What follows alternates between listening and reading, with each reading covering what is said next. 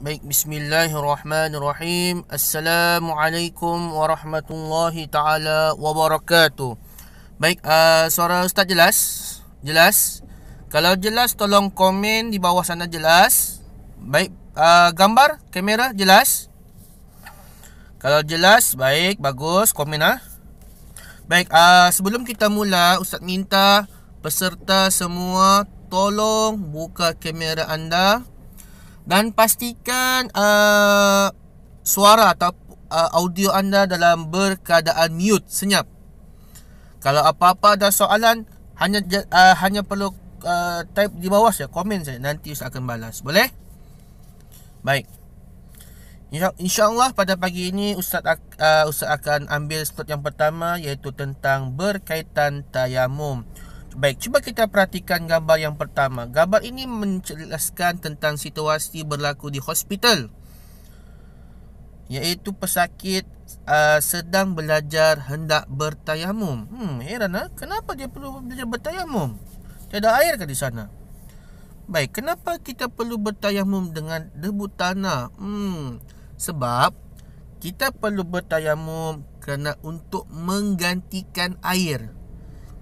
Kita bertayamum adalah atas sebab ketiadaan air atau kita tidak boleh menggunakan air. Maka kita bolehlah diberi rukhsah, iaitu kelonggaran untuk bertayamum dengan menggunakan debu tanah. Dengan apa? Debu tanah. Baik. Tayamum. Tayamum bermaksud menyapu. Ingat tu perkataan dia, menyapu debu tanah yang suci ke muka serta kedua-dua tangan hingga ke siku dengan niat dan syarat-syarat tertentu. Ingat, debu disapu, berbeza dengan berwuduk, lebih kepada meratakan ataupun membasahkan anggota wuduk. Tapi kalau bertayamum, hanya perlu sekadar menyapu debu di muka dan di tangan. Ingat tu betul-betul. Baik. Dalil bertayamum, bismillahirrahmanirrahim. Falam tajidu ma'an fatayammamu sa'idan. Maksudnya, sedangkan kamu tidak memperolehi air, maka hendaklah kamu bertayamum dengan tanah debu yang bersih. Bertayamum dengan tanah yang bersih. Baik, rukun tayamum. Rukun tayamum ada 4. Rukun tayamum ada 4. Apa dia rukun tayamum itu? Yang pertama, niat. Apa-apa perbuatan kita hendaklah dimulai dengan niat. Baik, dengar dahulu niat tayamum.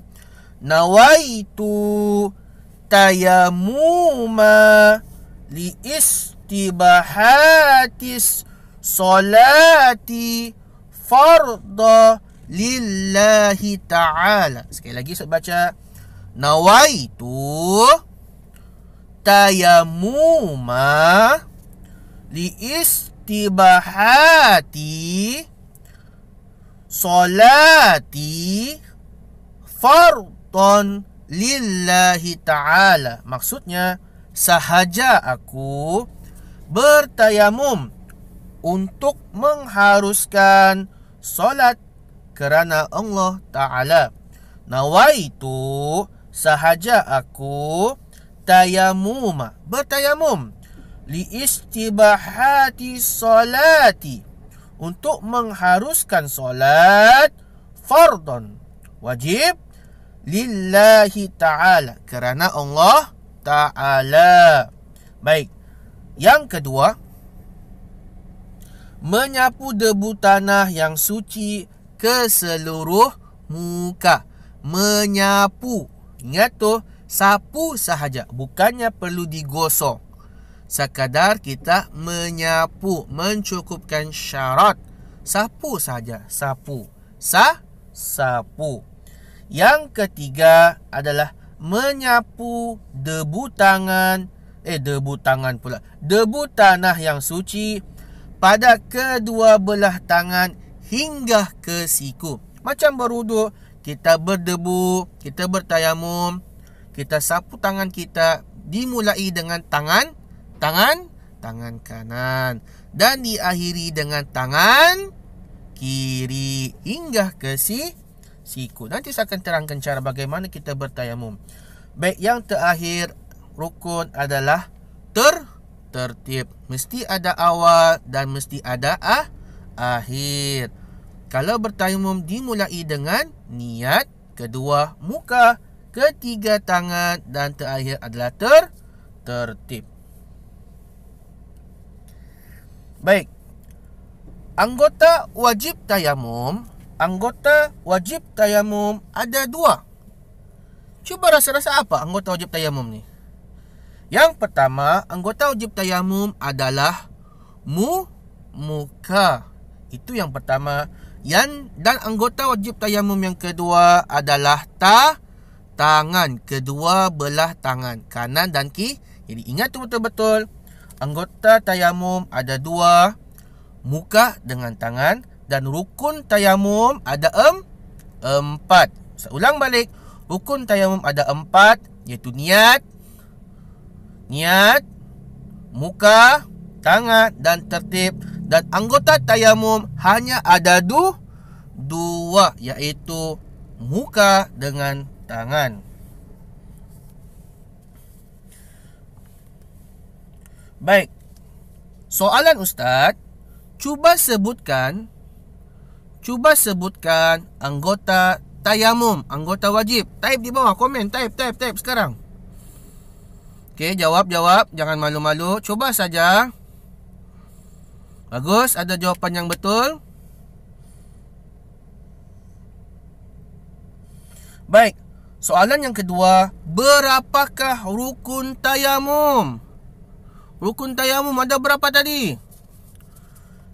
Rukun tayamum tadi ada berapa? Type terus, komen. Aha, ada yang jawab 3. 3 kan tak ni? Berapa? Bagus, ada yang nampak bagus. Baik, kita teruskan lagi ya, boleh? Boleh semua? Kalau boleh, type boleh. Baik, semua sudah sedia. Baik, kita sambung yang seterusnya, iaitu berkaitan tentang sunat tayamum. Sunat tayamum ini ada 7. Ingat sunat tayamum ada 7. Sunat tayamum ada 7. Yang pertama, disunatkan ketika kita hendak bertayamum dimulakan dengan membaca bismillah ataupun bacaan basmalah. Bagaimana contoh bacaan basmalah? Bismillahirrahmanirrahim. Itu senang tu, takkan tak tahu lagi. Susah ni. Baik, yang kedua, menyapu muka dari atas ke bawah. Sapu muka. Sapu muka dari atas ke bawah. Sunat yang ketiga, iaitu menipiskan debu pada tapak tangan. Kita nipiskan. Bagaimana kita nipiskan? Adakah perlu ditepuk? Bukan perlu ditepuk. Cuma kita nipiskan dengan kita gerak-gerakkan tangan tanpa genggam. Tangan biarkan terbuka, jangan genggam, dan kita tepuk atas tangan kita ni. Atas tangan ni dengan kita langgarkan dengan tangan dia sebelah. Debu tu akan jatuh ke bawah. Kita begitu cara menipiskan. Bukannya ditepuk. Yang keempat, disunatkan sewaktu kita bertayamum, kita merenggangkan jari ketika menepuk debu. Kenapa perlu kita renggangkan jari? Siapa tahu rasanya. Apa beza kita tidak renggang jari dengan kita merenggangkan jari? Kalau kita tidak renggang, tangan kita akan tertutup. Kena ke bahagian yang lain? Tidak kena. Tapi kalau kita renggang, kita buka tapak tangan kita, pasti akan kena. Baik, yang seterusnya, perkara sunat tentang bertayamum adalah seperti biasa, iaitu kita mendahulukan dengan anggota kanan ke kiri. Kita mulakan dengan anggota kanan, baru diakhiri dengan anggota kiri. Kanan dahulu, baru kiri. Bagus. Baik, perkara sunat yang seterusnya, sewaktu bertayamum kita disunatkan untuk menghadap ke mana ni? Kita menghadap kiblat. Kita menghadap kiblat, bukannya menghadap ke Korea, bukannya menghadap ke selatan, ke timur, tapi kita disunatkan untuk menghadap kiblat. Dan perkara sunat yang terakhir iaitu membaca doa wuduk setelah selesai bertayamum. Berapa orang yang tahu ni niat doa selepas berwuduk? Biasa niat wuduk tahu, tapi niat selepas berwuduk ataupun bertayamum ramai yang tidak tahu. Baik, kita sama-sama belajar pada hari ini. Tengok dahulu skrin yang di hadapan kamu biar ustaz yang tolong bacakan. Ashhadu an la ilaha illallah wahdahu la syarika lah wa ashhadu anna Muhammadan abduhu wa rasuluh. Allahumma ij'alni minat tawabina waj'alni minal mutahhirina waj'alni min ibadika salihin. Sekali lagi saya baca. Bismillahirrahmanirrahim. Ikut dalam hati dahulu. Ashhadu an la ilaha illallah wahdahu la syarika lah wa ashhadu anna Muhammadan abduhu wa rasuluh. Allahumma ij'alni minat tawabina waj'alni minal mutahhirina waj'alni min ibadika salihin. Amin. Nanti kita kasih lancar lagi dalam LDK ya. Tanya dengan guru-guru kamu peserta, cuba bagi lancar bacaan. Boleh? Pasti semua boleh. Semua murid-murid semua pasti boleh, insya-Allah. Baik. Soalan ustaz, ada berapakah perkara sunat sewaktu bertayamum? Ada berapa? Cuba jawab, komen di bawah. Pantas, siapa pantas? Ada berapa? Cuba kira, 10, 20, 30. Komen, jangan malu-malu. Ada berapa perkara sunat? Yang pertama tadi apa saya sebut? Dimulakan dengan niat menghadap kiblat, dimulakan dengan anggota kanan baru kiri, menipiskan debu, merenggangkan jari-jari, bukannya ibu jari kaki, menghadap kiblat dan membaca doa selepas bertayamum. Ada berapa semuanya? Ada 7. Bagus, semua pandai. Tepuk tangan diri sendiri. Tepuk. Jangan malu-malu. Baik. Boleh? Start teruskan lagi? Boleh? Baik, yang seterusnya adalah sebab-sebab yang mengharuskan sebab-sebab mengharuskan kita bertayamum. Yang pertama, apa sebab-sebab yang mengharuskan kita bertayamum adalah tiada air setelah berusaha mencarinya. Kadangkala di dalam dunia ni ada tempat yang tidak ada air. Kalau di Malaysia ni alhamdulillah lah, hari-hari hujan juga kan. Tapi kadangkala ada juga tiada air paip, tapi air sungai ada, air hujan ada kan. Tapi ada di setengah beberapa tempat yang tidak ada air paip dan tidak ada air hujan. Maka bolehlah menggantikan berwuduk dengan bertayamum. Yang kedua, ada air tetapi mencukupi keperluan diri dan ternakan. Maksudnya di sini, air yang kita ada hanya untuk kegunaan harian. Contoh, minum, makan, masak, bagi haiwan-haiwan minuman. Kalau kita guna air keperluan harian, kita tak akan terasa kekurangan. Maka bagi mengelakkan kita kebeluran, kehausan ataupun haiwan-haiwan mati, maka dibolehkan kita bertayamum. Maka air yang kita ada, yang kita stok tu, jangan dikacau, hanya digunakan untuk keperluan harian. Contohlah ada beberapa tempat memang tidak ada air. Air ngam-ngam untuk satu tangki saja. Satu tangki itulah digunakan selama setahun. Maka berjimat cermat. Maka bolehlah kita bertayamum. Yang ketiga, jarak tempat yang ada air terlalu jauh. Baik. Kalau di Malaysia ni syukurlah. Kita air sentiasa ada. Cuma kadang-kadang tiada air tu. Tapi bila air tu, sekarang ni kita ada sekatan pergerakan di mana tidak boleh merentas daerah. Perlukan surat. Maka kalau terlalu jauh untuk mendapatkan air, maka diperbolehkan kita untuk bertayamum. Yang keempat, terhalang menggunakan air disebabkan sakit atau ada musuh berdekatan tempat air. Contoh yang macam tadilah yang mula-mula. Kita boleh bertayamum kalau kita sakit. Contoh orang-orang yang sakit bagaimana? Orang yang tubuh badannya dibalut dengan simen, dibalut dengan kain sebab luka. Kalau luka, kalau kena air, menangis Apalagi kalau kena kupi, mengalir air mata.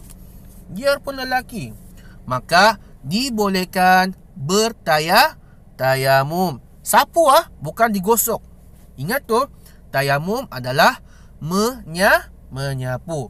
Begitu juga kalau di tempat tu, di sana ramai gangster. Siapa mau ambil air, kena cukai seorang RM1. Maukah? Pasti kita tidak mau. Sayangnya nyawa. Kalau sudah begitu keadaan, selamatkan nyawa terlebih dahulu. Elakkan luka anda menjadi lebih parah. Maka dibolehkan kita bertayamum. Dan yang kelima, antara sebab-sebab yang diharuskan kita bertayamum adalah cuaca yang terlalu sejuk sehingga memudaratkan. Ada di antara kita yang tidak boleh terkena air sejuk. Sejuk. Contohlah, kalau mandi subuh-subuh, ramai yang pakai air panas, dan ramai juga yang tidak yang tidak pergi sekolah, sambunglah sendiri kan.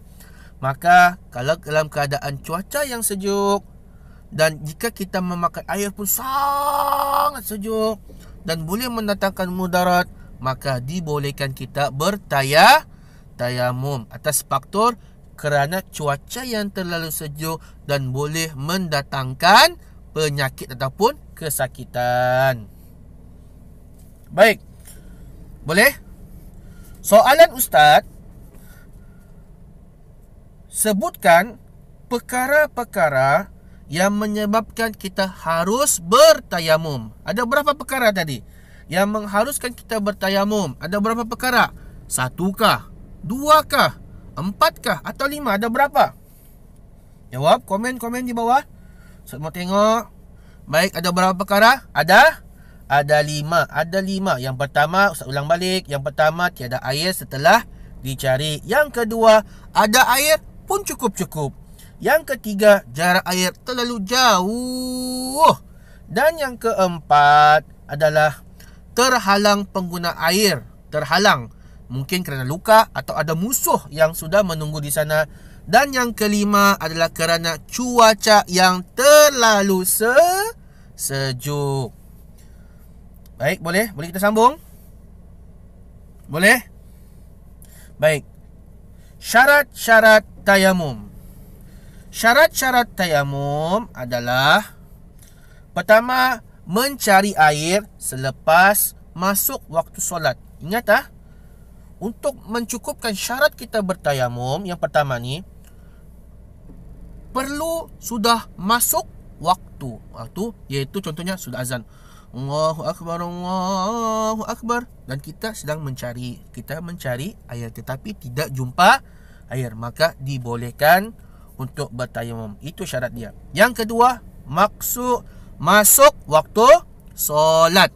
Sah syarat tayamum iaitu ketika masuk waktu solat. Tidak boleh kita kata kalau tayamum awal-awal nanti tiada air juga, itu tidak boleh. Tidak boleh, itu beranggapan, tidak boleh.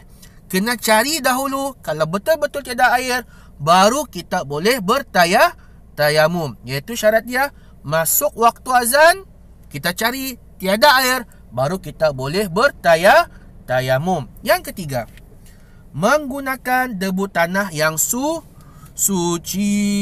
Pakai tanah ataupun pasir atau debu yang suci. Bukannya pakai simen, debu simen lah, debu vacuum lah. Tidak. Cari, kalau boleh cari debu-debu yang suci, yang tidak digunakan, yang tidak ada tai kucing, tidak adalah bau-bau. Pastikan tidak ada tidak ada bau, tidak ada rasa, tidak ada warna. Pastikan keadaan dia yang semula jadi. Syarat tayamum yang keempat iaitu kita hilangkan najis terlebih dahulu. Pastikan anggota badan kita tidak ada najis. Bersihkan dahulu najis, baru kita bertayamum. Boleh? Soalan Ustaz, apakah syarat-syarat yang membolehkan kita bertayamum? Syarat-syarat bertayamum apa? Ada berapa? Ada 4. Saya ulang Ustaz kasih ringkas. Yang pertama, mencari air setelah masuk waktu. Kedua, masuk waktu solat. Yang ketiga, menggunakan debu tanah yang suci. Dan yang keempat, kita hilangkan najis dahulu, baru kita bertayamum. Baik, apakah perkara-perkara yang membatalkan tayamum? Perkara-perkara yang membatalkan tayamum. Baik, yang pertama, dengar betul-betul, iaitu melakukan semua perkara yang membatalkan wuduk. Maka apa-apa perbuatan yang membatalkan wuduk, maka perkara itu jugalah yang membatalkan tayamum. Contohnya kencing, kentut, berak, muntah-muntah waktu ketika solat lah, kita berwuduk, maka terbatal.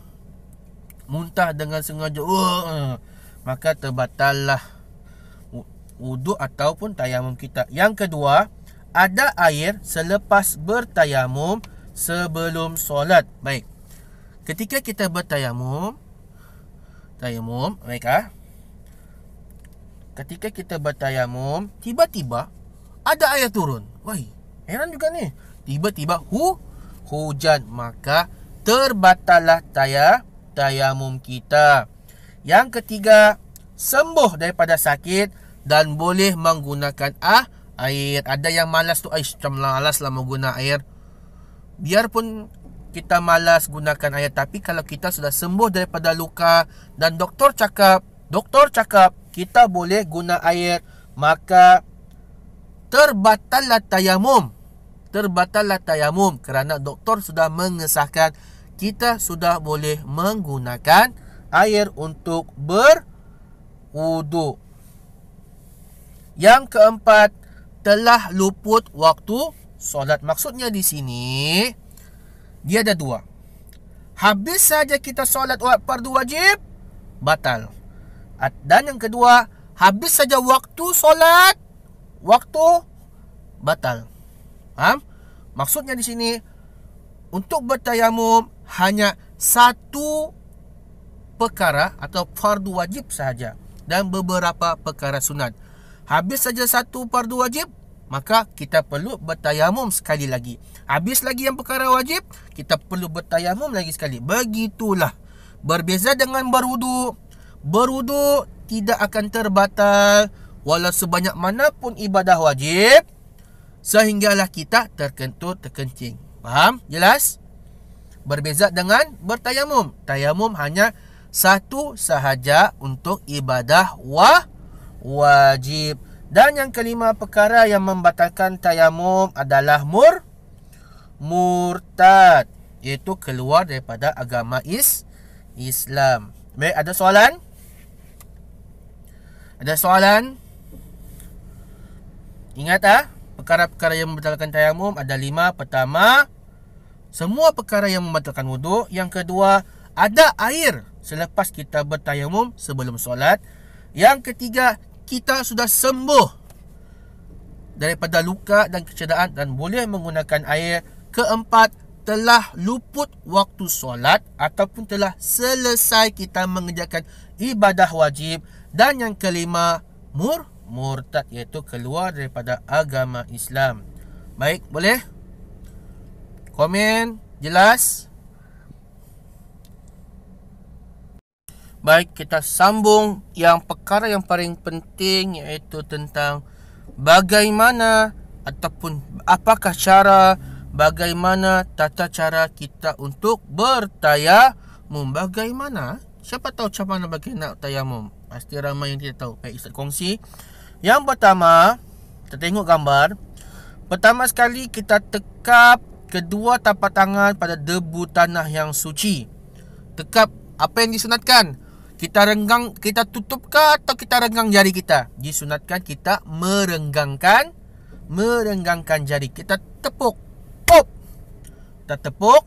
Lepas tu apa dia suruh buat? Nipiskan debu pada kedua-dua tangan.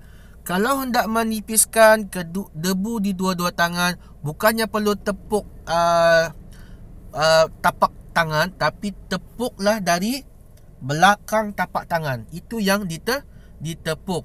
Tapi tepuk jangan tempat kita menepuk di tempat kita mengambil tayamum. Kita tepuk di tempat lain, kerana agar debu yang dari tangan kita tidak jatuh di tempat kita mengambil tayamum. Kita nipiskan. Yang ketiga, kita sapu debu suci ke muka sambil berniat. Kita sapu dari atas tu, atas ke bawah. Kita sapu saja. Bukan digosok, bukan cuma sekadar menyapu. Sambil kita begini, kita baca niat. Bismillahirrahmanirrahim. Apa baca niat tadi? Itu kamu kena tanya nanti waktu LDK. Dan yang keempat, kita ulangi lagi tekap tangan kita yang kedua ke tapak tangan pada debu tanah yang suci dan kita nipiskan. Ini untuk apa lagi? Kalau sudah tadi muka, yang kedua adalah tangan. Baik. Cuba perhati yang kelima. Sapukan debu suci pada tapak tangan kiri, pada bahagian bawah tapak tangan kanan hingga ke siku. Tengok tu. Dari tapak tangan, mana dulu? Kanan. Kita sapu hingga ke siku. Lepas tu kita pusing, kita sapu sampai ngam-ngam ke ibu jari. Dan kita keluarkan. Nanti saya akan makan contoh. Dan yang keenam, ulangi menyapu debu suci pada tapak tangan kanan ke bawah, ke bahagian bawah tapak tangan kiri hingga selesai. Baik, cuba perhatikan gambar ni. Cuba tengok tu. Pertama, dari tapak tangan, dia sapu. Dia sapu je. Sekali pegang sini, dia gerak sampai siku. Dia pusing tangan dia. Lepas tu dia balas pergi ke hadapan. Dan dia tidak sentuh pun pada tapak tangan yang dia sedang sapu tayamum. Dia sapu, dia keluar begitu. Nanti waktu LDK akan dijelaskan lagi. Boleh? Waktu LDK nanti akan dijelaskan dengan lebih terperinci. Ingat, itu yang penting. Bagaimana cara-cara untuk kita bertayamum. Info tambahan. Yang pertama, pastikan debu tanah yang digunakan tidak bercampur dengan najis, kapur atau tepung. Yang kedua, jangan gunakan debu yang telah digunakan. Kita guna debu yang bersih yang belum digunakan. Yang ketiga, sekali tayamum hanya untuk satu waktu solat fardu sahaja dan beberapa solat sunat. Maksudnya di sini satu tayamum hanya satu ibadah wajib. Habis saja ibadah wajib, kita hendak buat ibadah wajib, kita hendaklah bertayamum sekali lagi. Begitulah, berbeza dengan berwuduk. Jelas?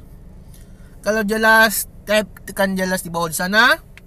Baik, oleh kerana masa tidaklah Tidaklah begitu banyak lagi. Ustaz akhiri dengan kita punya slot ini dengan sekian. Wabillahi taufik wal hidayah. Assalamualaikum warahmatullahi taala wabarakatuh.